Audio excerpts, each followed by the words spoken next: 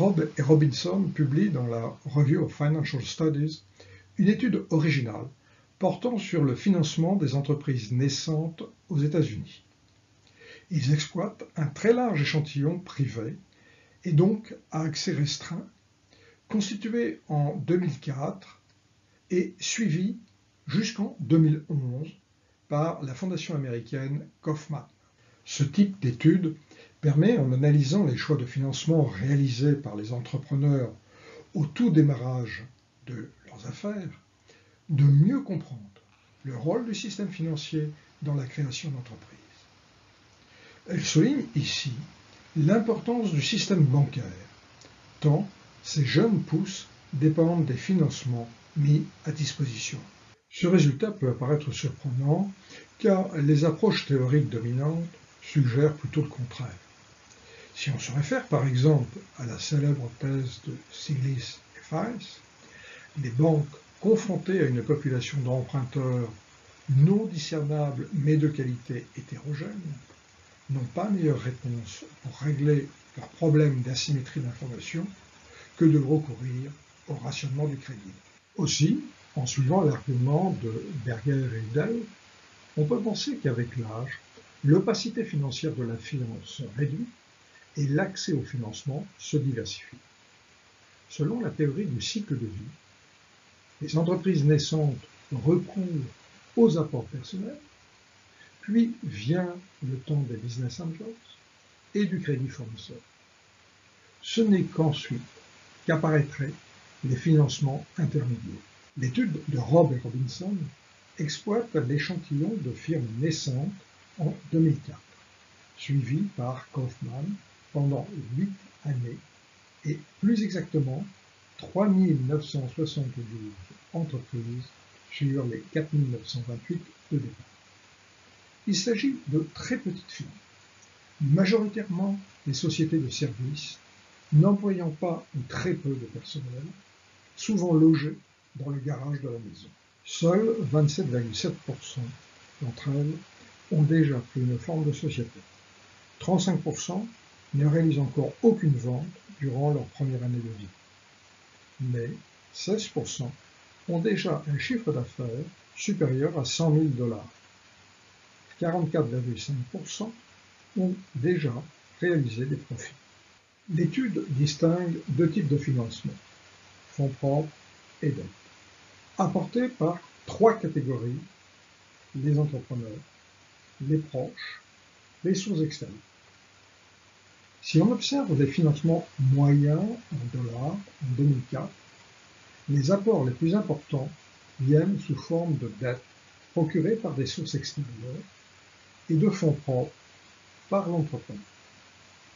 En termes de nombre de firmes concernées, 78% ont bénéficié d'apports de fonds propres des entrepreneurs et 36% de dettes extérieures.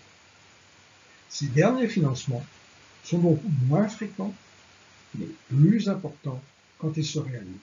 On peut distinguer parmi les dettes les balances des cartes de crédit au nom du business, fréquentes, mais limitées en montant de l'ordre de 7 000 $, et les financements bancaires, beaucoup plus importants en montant, surtout lorsqu'il s'agit de prêts au business lui-même, 261 000 $ en moyenne, mais alors moins fréquents.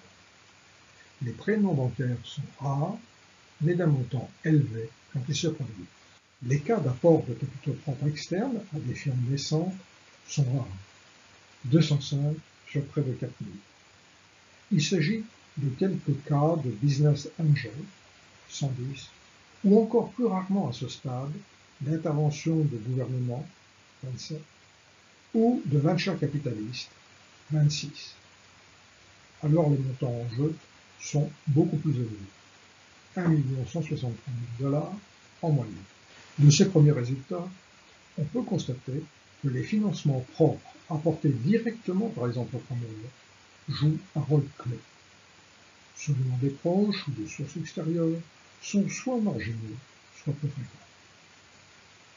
Il n'en demeure pas moins que, contrairement à l'hypothèse du cycle de vie, le financement externe par dette jouent un rôle déjà significatif en volume moyen et en fréquence. On pourrait se demander s'il s'agit d'une sous-population particulière, plus grande dès sa naissance des autres entreprises naissantes. Pour apporter une réponse à cette question, Robb et Robinson étudient des échantillons composés a priori des firmes les plus petites, à 0 employés ou ne disposant pas de locaux propres.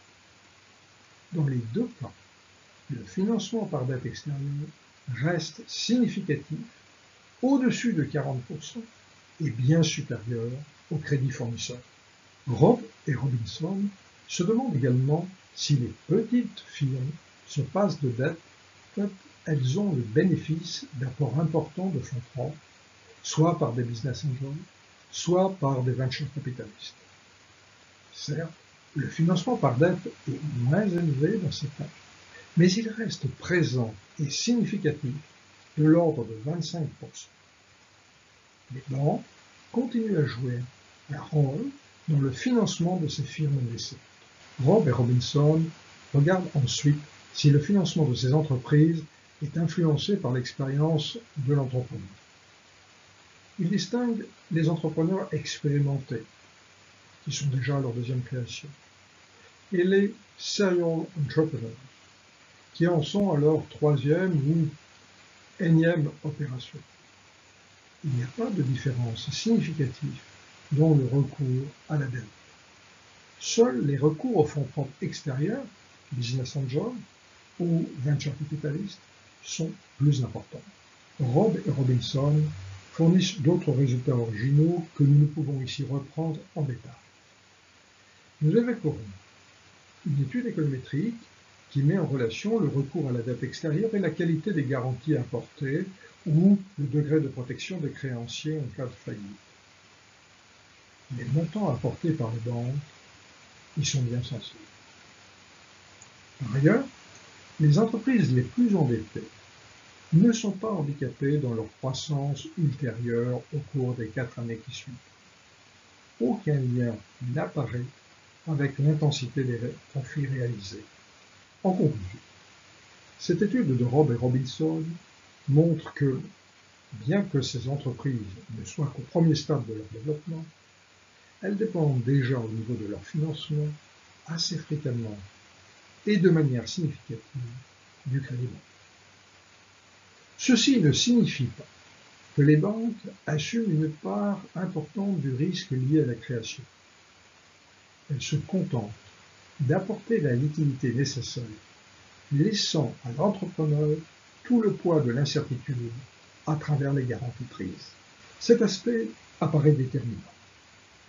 Quand la qualité, par exemple, des biens immobiliers apportés en garantie par l'entrepreneur est élevée, le financement par crédit est plus abondant. Pour finir, Robb et Robinson suggèrent qu'un ratio de l'ordre de 40% de financement par dette s'inscrit dans la moyenne pratiquée par les firmes naissantes américaines.